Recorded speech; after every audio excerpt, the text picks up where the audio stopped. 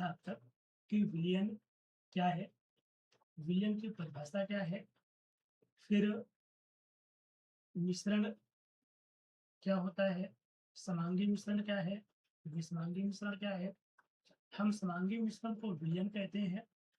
फिर विलयन के कितने प्रकार हो सकते हैं, तो हमने विलयन को क्लासिफाई किया, वर्गीकृत किया विलयन में उपस्थित पदार्थों या घटकों कंपोनेंट की संख्या के आधार पर।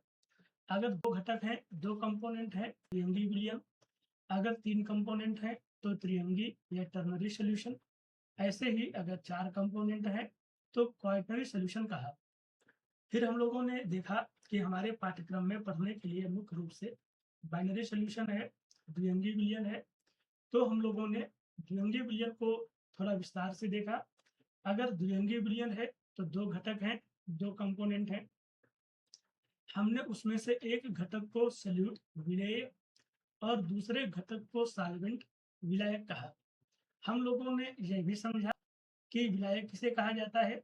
विलायक वह होता है जिसकी भौतिक अवस्था अंत में विलयन की भौतिक अवस्था बन जाती है, या फिर अगर विलेय और विलायक दोनों की भौतिक अवस्थाएं समान हो तो जिसका द्रव्यमान प्रतिशत जो मात्रा में अधिक होता है उसे विलायक कहते हैं। आज हम लोग द्विअंगी विलयन बाइनरी सॉल्यूशन के कुछ और प्रकार पढ़ेंगे। कुछ तो जैसे कि हम लोगों ने समझा था कि हमारे पाठ्यक्रम में मुख्य रूप से जो पढ़ने के लिए है वो बाइनरी सॉल्यूशन या द्विअंगी विलयन है, जिसमें केवल 2 घटक होंगे, केवल 2 पदार्थ होंगे, जैसे पानी और शक्कर का विलयन, पानी और नमक का विलयन, या फिर जल और एथेनॉल अल्कोहल का विलयन, या फिर बेंजीन और टॉल्यूइन का विलयन, जहां पर केवल 2 कंपोनेंट हैं, केवल 2 पदार्थ हैं। अब हमारे सिलेबस में जैसे बाइनरी सॉल्यूशन है तो हमें आगे पढ़ना पड़ेगा कि हम लोग बाइनरी सॉल्यूशन को किस प्रकार पुनः वर्गीकृत कर सकते हैं, किस प्रकार फिर से हम लोग बाइनरी सॉल्यूशन को क्लासिफाई कर सकते हैं। तो बाइनरी सॉल्यूशन को क्लासिफाई करने के लिए हम लोग आधार लेंगे भौतिक अवस्था का, फिजिकल स्टेट का। अब हम जानते हैं कि पदार्थ की 3 भौतिक अवस्थाएं हैं, ठोस, द्रव और गैस। तो हो सकता है कि विलेय हमारा ठोस हो लेकिन विलायक भी ठोस हो, विलेय द्रव हो लेकिन विलायक ठोस हो, विलायक गैस हो, विलेय ठोस हो। मतलब कि अलग अलग प्रकार के बहुत सारे परम्यूटेशन कॉम्बिनेशन, बहुत सारे ऐसे समूह बना करके हम लोग विभिन्न प्रकार के विलयन बना सकते हैं। तो 3 अवस्थाएं हो सकते हैं विलेय के लिए, ठोस, द्रव और गैस, और 3 अवस्थाएं हो सकते हैं विलायक के लिए, ठोस, द्रव और गैस। इसका अर्थ हुआ कि कुल 9 संभावनाएं हैं जिसमें हमारे बाइनरी सॉल्यूशन हो सकते हैं। हो सकता है कि विलेय हमारा, विलेय हम लोग फिक्स करते हैं कि विलेय ठोस हो तो विलायक ठोस, द्रव या गैस हो जाए। फिर विलेय हमारा ठोस हो, विलेय द्रव हो तो विलायक ठोस, द्रव, गैस हो जाए। इसी प्रकार विलेय हमारा गैस हो तो विलायक ठोस, द्रव, गैस हो जाए। तो कुल मिलाकर के 3-3 का सेट बनाते हुए 9 संभावनाएं संभव है। Classification on the basis of physical state of solute and solvent, विलेय और विलायक की भौतिक अवस्था के आधार पर। On the basis of physical state of solute and solvent, तो कुल 9 संभावनाएं हैं। हमने विलायक ठोस लिया है तो विलेय क्रम से ठोस, द्रव या गैस हो सकता है। उदाहरण देखते हैं, जब विलेय और विलायक दोनों ठोस हैं तो जो हमारी एलॉय हैं जो मिश्र धातु में हैं, जैसे पढ़ा था हम लोगों ने कि पीतल है, कांसा है, वो सब इस कैटेगरी में इस प्रकार में आएंगे। फिर ठोस में द्रव, तो जैसे सोडियम अमलगम बनता है,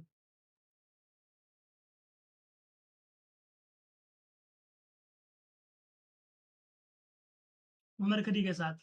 इसमें क्या होता है कि सोडियम ठोस ज्यादा है और मरकरी थोड़ी है, लेकिन दोनों एक साथ मिल जाते हैं और बन जाता है ठोस विलयन एक। फिर ठोस में गैस, तो हाइड्रोजन गैस पैलेडियम धातु पीडी धातु में आसानी से घुल जाती है, समांगी मिश्रण बना लेती है। तो पहला जब दोनों ठोस हैं, जैसे एलॉय हो गई, मिश्र धातु में हो गई। फिर ठोस में द्रव, ठोस ज्यादा है तो सोडियम अमलगम विद मरकरी, तो सोडियम मरकरी के साथ होता है। सोडियम ठोस है, विलायक है, और मरकरी द्रव है, विलेय है। यहाँ मरकरी कम है और सोडियम और हाइड्रोजन गैस पैलेडिनम, पैलेडिनम धातु आसानी से अपने गैस को रख लेती है और मिल जाती है। हम लोग अगला केस देखते हैं कि जब हमारा विलायक द्रव है, कॉमन केस है, हम लोग जब पढ़ते हैं तो प्रायः हमारा विलायक द्रव अवस्था में, द्रव में ठोस घुला हुआ है, जैसे कि NaCl नमक घुला हो पानी में, या फिर द्रव में द्रव घुला हो, ये भी बहुत कॉमन केस है। जैसे कि पानी में एल्कोहल C2H5OH घुला हो, यहाँ पर दोनों द्रव है, पानी भी द्रव है और एल्कोहल भी द्रव है। फिर लिक्विड में गैस, तो जैसे ऑक्सीजन गैस घुली होती है पानी में, जो हमारी मछलियां वगैरह पानी में सर्वाइव करती है, इसलिए करती है क्योंकि पानी में ऑक्सीजन गैस घुली होती है। और अगला है जब हमारा विलायक खुद गैस हो, घुला हो, तो जैसे कपूर है, कैम्फर है, जैसे कैम्फर है, ये मिला होता है नाइट्रोजन गैस में। तो कैम्फर कपूर ठोस है, जबकि नाइट्रोजन गैस हमारा गैस है और विलायक है। फिर गैस में द्रव घुला हो कोई, जैसे क्लोरोफॉर्म द्रव है, क्लोरोफॉर्म एक नाइट्रोजन गैस के साथ। और सबसे कॉमन गैस जब दोनों गैस हों, जैसे हमारे वातावरण में ऑक्सीजन गैस और नाइट्रोजन गैस दोनों एक साथ प्रेजेंट होती हैं। तो हम देख सकते हैं कुल मिलाकर के 9 संभावनाएं हैं। इन 9 संभावनाओं में से हमें वह संभावना पढ़नी है जहां हमारा सॉल्वेंट लिक्विड है, विलायक द्रव है, विलेय सॉलिड लिक्विड या गैस कुछ हो सकता है। जब हमारा विलायक द्रव होता है तब उन्हें हम बोलते हैं द्रव विलयन या लिक्विड सोल्यूशन। ऐसे ही जब हमारा विलायक ठोस होता है तब उसको हम बोलते हैं सॉलिड सोल्यूशन। जब हमारा विलायक गैस होता है तब उसको हम बोलते हैं गैसीय विलयन या फिर गैसियस सोल्यूशन। तो हमें मुख्य रूप से वह विलयन पढ़ने हैं जिनमें हमारा विलायक एक द्रव होगा और विलेय ठोस द्रव या गैस में से कुछ होगा।